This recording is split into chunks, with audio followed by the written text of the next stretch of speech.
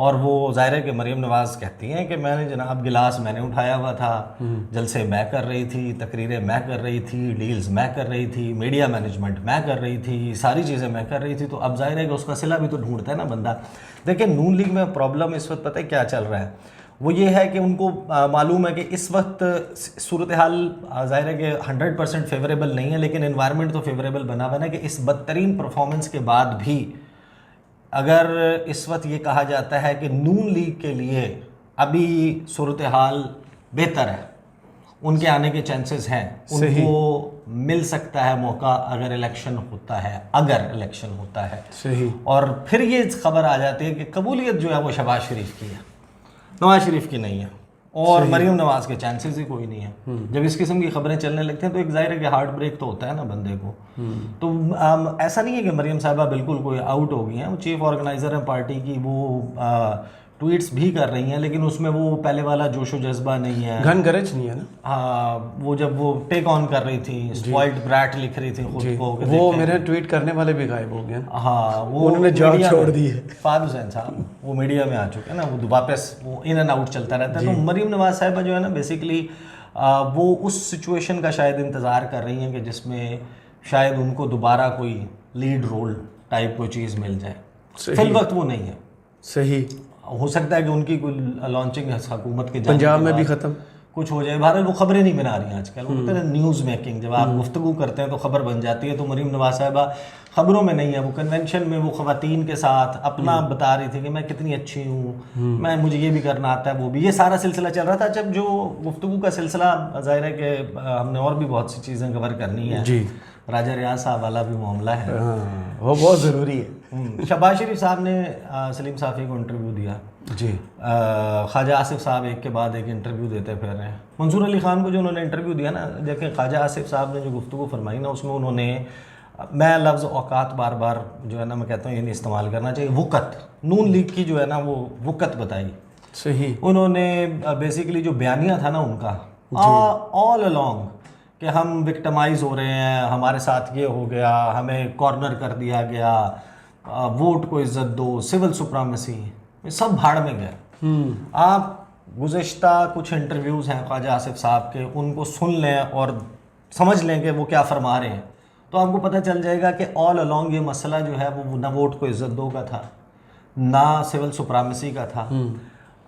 مسلسل رابطے میں تھے یہ اسٹیبلشمنٹ کے ساتھ، اور اپنی مرضی کی ڈیل تلاش کرنے کی کوشش کر رہے تھے. جو چیزیں ابھی تک ان کی گفتگو میں سامنے آئی ہیں نا، وہ یہ ہیں کہ جو بھی ڈیل آفر ہو رہی تھی اس میں غالباً نواز شریف صاحب فکس نہیں ہو رہے تھے. صحیح. نواز شریف صاحب کو معافی نہیں مل رہی تھی. وہ کہتے کہ آپ آ جائیں، آپ پنجاب لے لیں، اگلے سٹیپ پہ آپ مرکز بھی لے لیں. 2019 کا انہوں نے بتا دیا، 2021 کا انہوں نے بتا دیا، 22 میں تو انہوں نے باقاعدہ کر دیا. جی بالکل، ووٹ آف نو کانفیڈنس باقاعدہ کر دیا. ساتھ میں منصور علی خان نے سوال کیا خواجہ آصف سے کہ جو نگران سیٹ اپ لگائیں گے اس میں مشاورت پنڈی سے بھی پوچھیں گے. کہتے ہیں یہ جو قیادت فیصلہ کرے گی.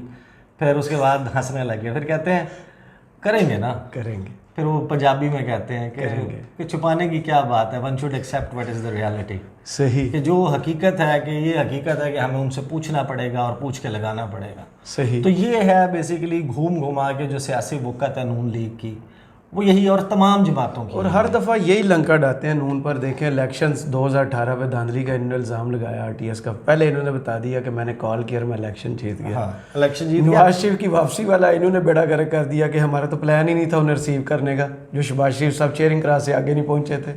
تو ہر دفعہ یہی نکلتے ہیں پیچھے، یہی نکلتے ہیں اور یہ سب کچھ بتا بھی دیتے ہیں. یہ جو گفتگو خواجہ آصف صاحب کے فرمائی ہے نا، یہ بیسیکلی ایک چارج شیٹ ہے بالکل، جو پاکستان کے عوام کی طرف سے ہونی چاہیے کہ آپ ہمیں کون سی کہانی سناتے رہے، پس پردہ آپ یہ سب کچھ کرتے رہے. بالکل. آفریں ہو رہی تھی جناب وزیر اعظم بننے کی، وزیر اعظم بننے کی آفر کیسے ہو جاتی ہے؟ مطلب آپ نے یہ جو ساری کہانی ہے اس میں آخر کار آپ انہیں موو کیا نا، تو آپ کے اوپر تو کبھی کڑا وقت تھا ہی نہیں. صحیح. جو آپ کہانیاں سناتے ہیں کہ ہمارے ساتھ یہ ہو رہا تھا، ہمارے ساتھ وہ ہو رہا تھا. صحیح. بیسیکلی وہ آپ سے جو مطالبہ کر رہے تھے اور جو آپ ان سے مطالبہ کر رہے تھے اس میں کامن گراؤنڈ نہیں مل رہا تھا. جس دن کامن گراؤنڈ ملا ووٹ کو عزت دو، ختم ہو گیا. صحیح. آج بھی آپ نے نگران سیٹ اپ جو ہے وہ ادھر سے پوچھ کے لگانا ہے، تو ٹھیک ہے. پھر اب آپ اس کے بعد کون سی چیز رہ گئی ہے؟ دفن کر دیں نا اس کو, ووٹ کو عزت دو.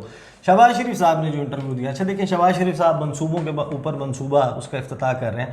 آپ کو یاد ہوگا ہم نے اس کے حوالے سے کچھ ڈیٹیل بھی ڈسکس کی تھی.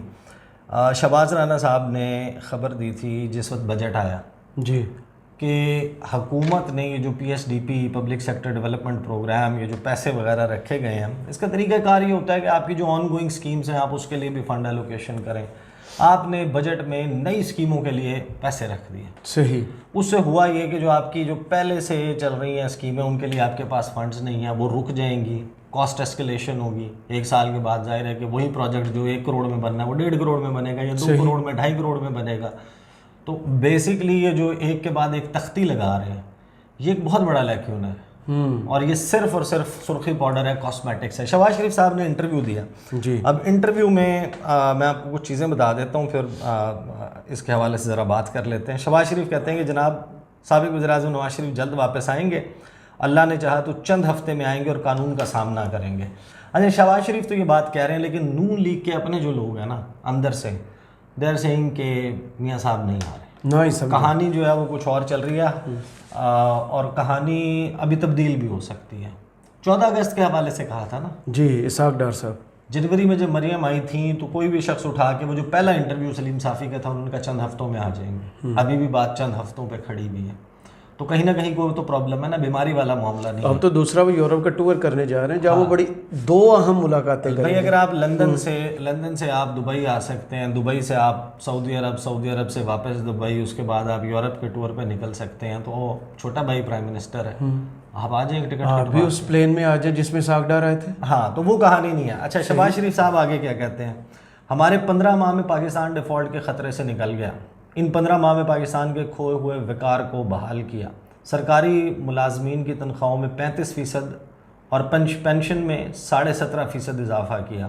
آپ اندازہ لگائیں کہ شہباز شریف صاحب یہ کہہ رہے ہیں کہ ڈیفالٹ کے خطرے سے نکل گیا. اچھا پہلی بات, پاکستان ڈیفالٹ کے خطرے سے نہیں نکلا, ٹل گیا.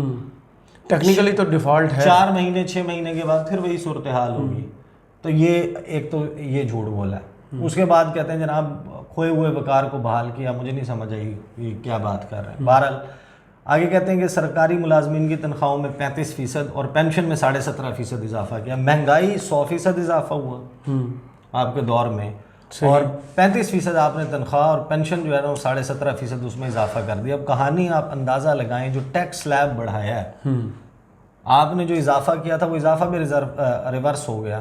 اس کے بعد جناب وہ بڑے بزنس ہاؤسز کے اوپر بات کر رہے ہیں, ٹیکس کی سازش بے نقاب ہو گئی. عمران خان جو ہے ان کے حوالے سے, اچھا نواز شریف علاج کے لیے بیرون ملک گئے تھے, ان کے علاج کے لیے medical board chairman P T I نے بنایا تھا. وہ جلد وطن واپس آئیں گے, اللہ نے چاہا تو نواز شریف چند ہفتوں میں پاکستان آئیں گے, اور وہ پاکستان آئیں گے تو قانون کا سامنا کریں گے. یہ انہوں نے اب انہوں نے ایفیڈیوٹ دیا تھا نا شہباز شریف 50 روپے والا کہ آ جائیں گے 4-8 ہفتوں میں. اور یہاں کوئی تھانے میں جا کے جس کی ضمانت دیتا ہے, اگر وہ پیش نہ ہو تو اس کے ساتھ ہوتا کیا ہے یہاں پہ ہمارے اپنے پاکستان میں؟ نہیں صرف یہ نہیں, یہ 9 مئی کے بعد جس کے گھر والے, جو بندہ نہیں مل رہا تو اس کے گھر والے اٹھائے جا رہے ہیں. جی تو ادھر شہباز شریف صاحب کو پرائم منسٹر کیسے اٹھائے؟ نہیں وہ پرائم منسٹر بننے سے پہلے وہ ان کا ایفیڈیوٹ وہ ہو چکا تو جس دن بنے تھے اس دن فرد جرم بھی عائد ہونی تھی, نہیں ہو سکی, باؤنس ہو چکا تھا. تو یہ کل ملا کے کہانی ہے, وہ کہانی گھمانے کی بڑی کوشش کر رہے ہیں, لیکن گراؤنڈ ریالٹی اس وقت یہ ہے کہ میں اس دن دیکھ رہا تھا کہ مختلف اب لوگ یہ بات کہنے لگ گئے ہیں کہ جو شہباز شریف صاحب ہیں ان کے اپنے سرویز کے مطابق ان کی جو پاپولیرٹی ہے وہ پرویز الہی جتنی بھی نہیں ہے. ہاں گجرات میں اسپیشلی, اور پنجاب میں تو بہت ہی برا حال ہے ان کا. تو وہ صورتحال ہے. نون لیگ یہاں پر پہنچی ہوئی ہے, اور مریم نواز صاحبہ جو ہے وہ دل برداشت ہے. صحیح ہونا بھی چاہیے. میں نے سی ایم بننا تھا, میں نے پی ایم بننا تھا, اور اب مجھے نہیں, اچانک اگر آپ گیم سے آؤٹ ہو جائیں نا تو پھر اسی طرح مجھے لگتا ہے اب کسی نے جاتی عمرہ میں انہوں نے کہا تو تھپڑ بھی رسید کر دیں گی, چھیڑ دے. صحیح. چلیں عیسیٰ نقوی, بہت شکریہ آپ کے تجزیہ. کمنٹس باکس میں ضرور بتائیے گی یہ ویڈیو آپ کو کیسی لگی. اجازت دیجیے, اللہ حافظ.